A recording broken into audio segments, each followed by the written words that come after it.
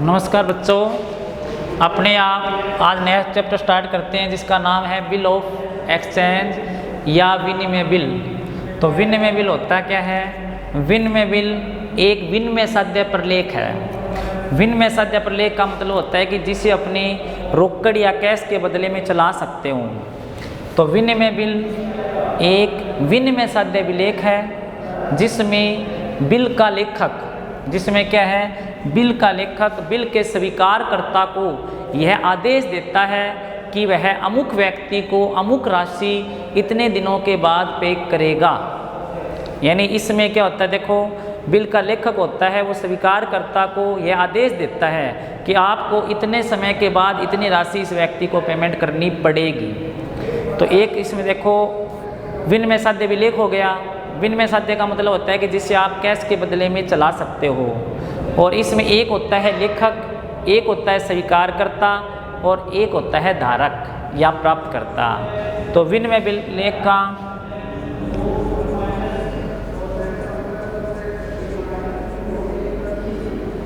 Bill कह दो या विलेख कह दो। विनिमय विलेख एक ऐसा बिल होता है, एक ऐसा प्रपत्र होता है जो एक विनिमय साध्य विलेख है जिसमें बिल का लेखक बिल के स्वीकारकर्ता को एक निश्चित राशि एक निश्चित समय के पश्चात एक निश्चित व्यक्ति को चुकाने का आदेश देता है। तो विनिमय बिल में क्या हो गए, तीन पक्षकार हो गए। ये तो हो गया अर्थ विनिमय विलेख का। अब विनिमय विलेख के पक्षकार,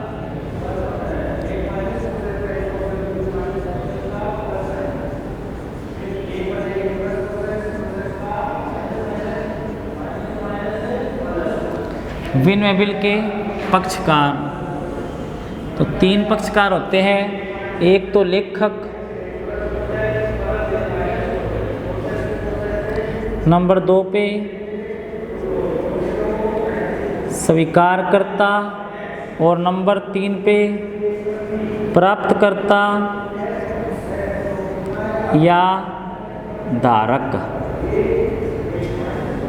तो विनिमय बिल के तीन पक्षकार होते हैं, एक तो लेखक, एक स्वीकारकर्ता, एक प्राप्तकर्ता या धारक। तो लेखक कौन होता है? जो बिल को लिखता है। और बिल को लिखता कौन है? बिल को वह व्यक्ति लिखता है जो किसी दूसरे व्यक्ति को उधार राशि देता है या माल उधार देता है, तो वह व्यक्ति बिल को लिखता है। और जो व्यक्ति उधार लेता है अथवा माल उधार परचेज करता है वो व्यक्ति बिल का क्या होता है? स्वीकारकर्ता होता है। वो व्यक्ति क्या होता है? बिल का स्वीकारकर्ता होता है। तो लेखक बिल को लिखेगा, स्वीकारकर्ता उसे क्या करेगा? स्वीकार करेगा।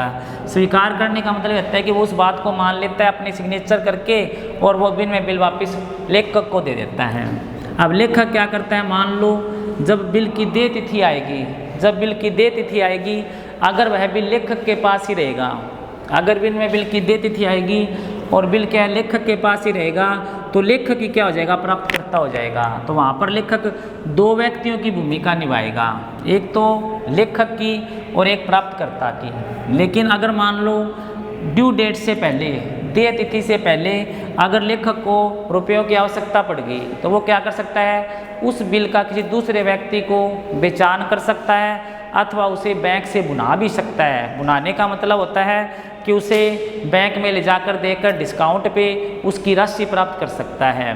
तो विनिमय बिल के तीन पक्षकार होते हैं, एक लेखक बिल को लिखने वाला, स्वीकारकर्ता बिल को स्वीकार करने वाला, प्राप्तकर्ता या धारक। प्राप्तकर्ता या धारक होता है जो राशि प्राप्त करता है। तो प्राप्तकर्ता वो व्यक्ति होएगा जिसके पास देय तिथि को बिल होएगा। अगर लेखक के पास है तो लेखक ही क्या होएगा? प्राप्तकर्ता होएगा। अगर लेखक ने उस बिल को क्या है किसी अन्य पक्षकार को बेचान कर दिया, बेच दिया या बैंक से बुना लिया, तो वो तीसरा पक्षकार क्या कहलाएगा? प्राप्तकर्ता या धारक कहलाएगा। ठीक है। अब बात आती है कि विनिमय बिल की देय तिथि कैसे निकलती है।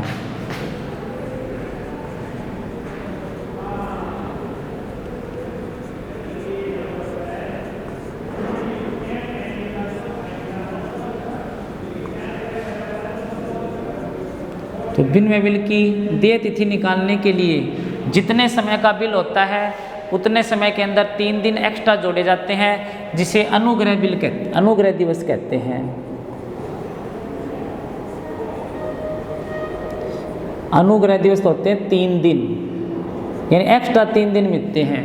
जितने समय का बिल होता है, जैसे 2 महीने का, 3 महीने का, 4 महीने का, उसके अलावा उसे क्या है एक्स्ट्रा 3 दिन और मिलते हैं। जैसे मान लो कोई बिल 1 जनवरी 2018 को 4 महीने का लिखा गया।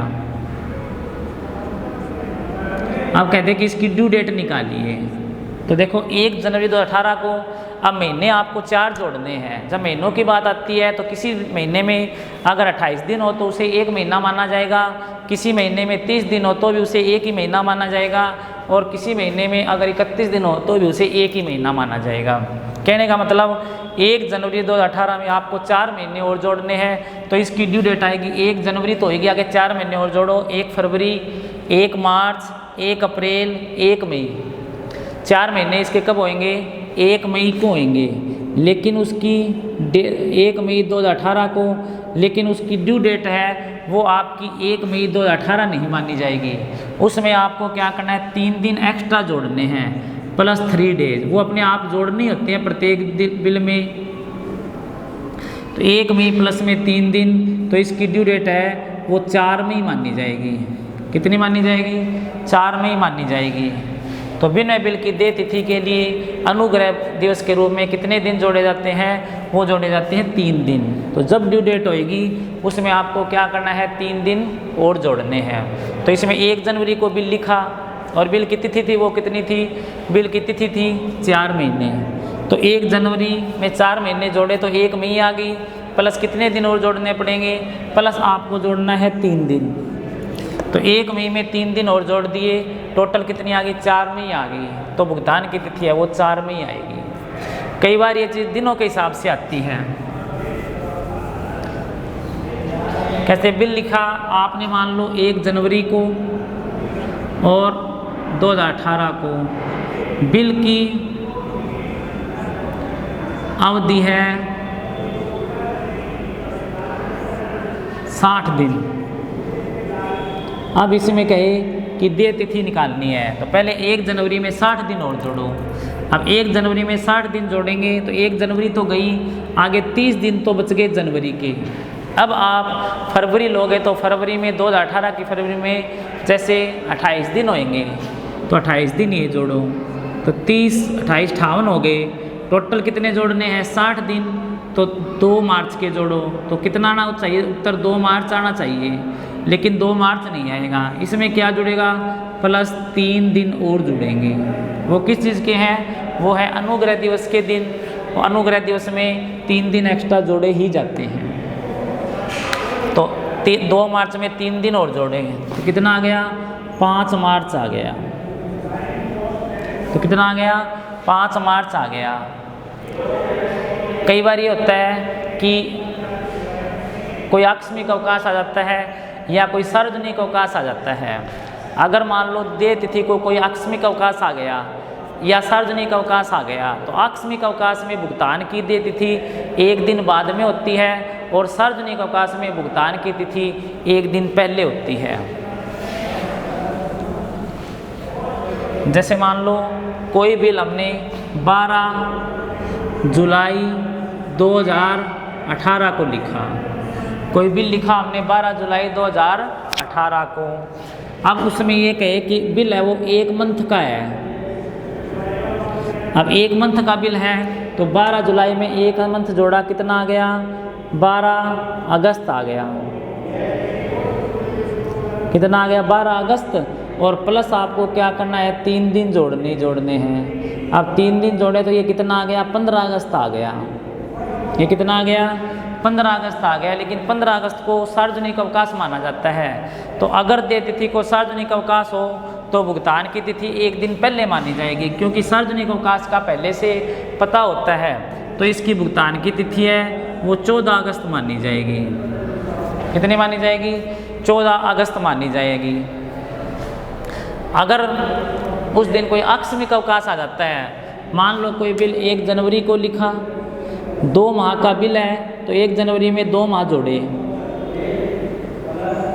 और प्लस में 3 डेज जोड़े, तो 1 जनवरी में 2 महीने, 1 मार्च आ गया। कितना आ गया? 1 मार्च और 3 दिन और जोड़ दिए उसमें, तो 1 मार्च में 3 दिन जोड़े, कितना आ गया अपना 4 मार्च आ गया। कितना आ गया 4 मार्च आ गया।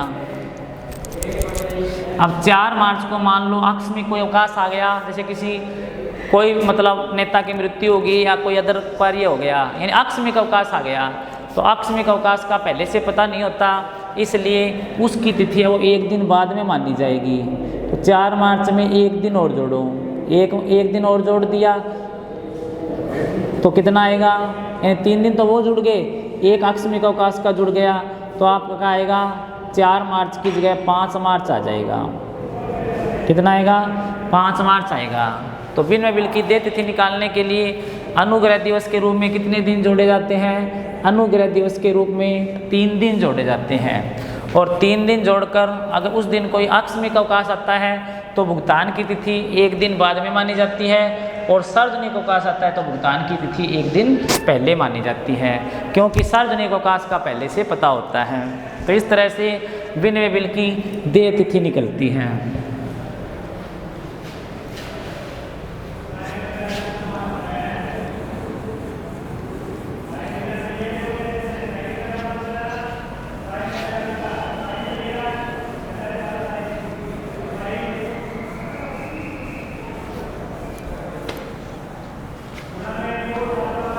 अब देखो विन में बिल का लेखांकन कैसे होता है।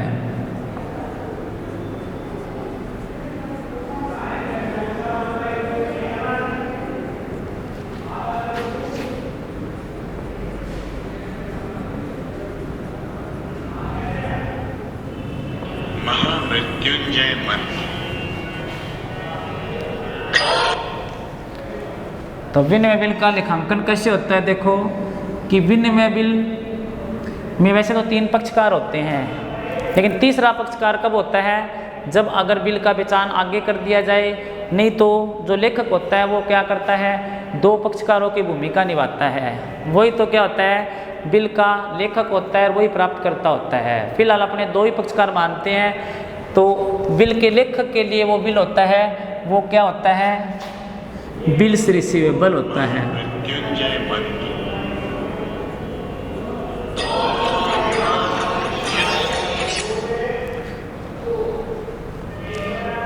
यानी बिल के लेखक के लिए तो वो बिल होता है बिल रिसीवेबल, और बिल के स्वीकारकर्ता के लिए होता है बिल्स पेबल। लेखक के लिए तो क्या होता है बिल रिसीवेबल, और स्वीकारकर्ता के लिए क्या होता है बिल्स पेबल होता है। तो इसका लेखांकन कैसे करेंगे, देखो एक तरफ तो लिखो लेखक की पुस्तकों में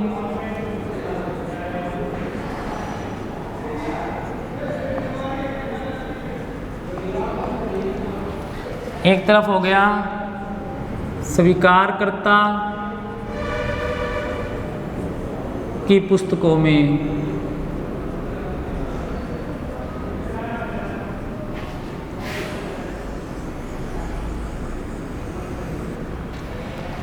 पहले देखो बिल लिखने पर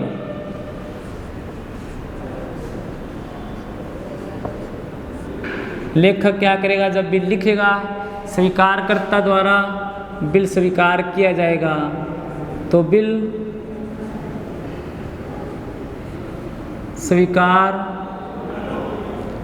करने पर तो एक तो क्या करेगा बिल लिखेगा, एक बिल को क्या करेगा स्वीकार करेगा। तो बिल लिखने पर क्या एंट्री होएगी, लेखक बिल लिखेगा तो उसके लिए बिल्स रिसीवेबल हो गया, तो वो एंट्री करेगा bills receivable account debit to किस पे लिखा बिल एक्सेप्टर पे, सभी उसका नाम आ जाएगा, तो टू एक्सेप्टर अकाउंट। यानी लेखक क्या एंट्री करेगा जब बिल लिखेगा bills receivable account debit to acceptor account, और बिल का स्वीकार करता उसकी क्या एंट्री करेगा, बिल का स्वीकार करता करेगा ड्रॉवर अकाउंट डेबिट, यानी लेखक को तो वो डेबिट करेगा, तो drawers account debit to bills payable account. Bill स्वीकार करने पर क्या होगी drawer account debit to bills payable account. तो तो बिल लिखने पर स्वीकार लेखक एंट्री करेगा bills receivable account debit to acceptor account, और बिल स्वीकार करने पर ही एंट्री करेगा drawer account debit to bills payable account. अब मान लो ऐसे मान लेते हैं कि देय तिथि पर भुगतान हो गया, जब बिल की क्या है ड्यू डेट आई तो भुगतान हो गया, तो भुगतान करने पर यह राशि प्राप्त करेगा। देय तिथि पर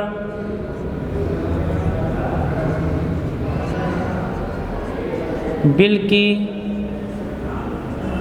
राशि प्राप्त करने पर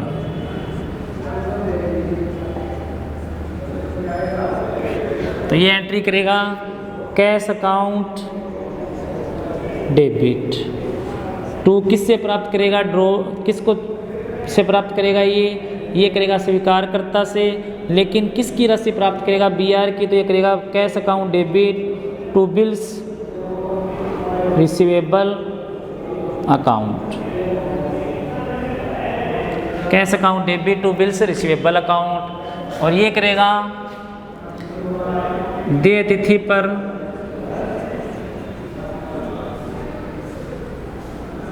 बिल का भुगतान करने पर, देय तिथि पर बिल का भुगतान करने पर ये बिल का भुगतान करेगा, तो ये किसका भुगतान करेगा बिल्स पेबल का, तो ये एंट्री करेगा bills payable account debit to cash account. तो जब देय तिथि पर भुगतान होएगा तो ये प्राप्त करेगा, तो ये एंट्री करेगा कैश टू, उस आदमी का नाम नहीं लिखेगा, ये मानेगा उसने BR की राशि प्राप्त की है, ये एंट्री करेगा cash account debit to BR। और ये देय तिथि पर जब का भुगतान करेगा बिल का, तो ये करेगा BP टू कैश। तो जब लेखक बिल लिखेगा तो उसकी एंट्री क्या होगी, लिखने पर एंट्री होगी BR account debit to acceptor account, BR account debit to acceptor होएगी। और स्वीकारकर्ता क्या करेगा, उसे स्वीकार करने की एंट्री करेगा, तो स्वीकार करने की एंट्री होएगी ड्रॉवर टू BP होएगी। फिर जब देय तिथि आएगी जितने समय के बाद, जितना समय उसमें 3 दिन एक्स्ट्रा अनुग्रह दिवस के रूप में आपको जोड़ना ही जोड़ना है, उसकी एंट्री होगी। देय तिथि पर बिल की राशि प्राप्त होएगी, तो ये राशि प्राप्त करेगा तो एंट्री करेगा cash account debit to BR, और ये करेगा BP टू कैश। तो ये हो गया जब बिल लिखने और स्वीकार करने पर क्या एंट्री होगी, और देय तिथि पर उसका भुगतान करने की क्या एंट्री होगी। ये मानते हो हमने इस एंट्री को किया है भी देय तिथि पर बिल का भुगतान हो जाएगा। बाकी कल करेंगे, आज के लिए इतना ही, धन्यवाद।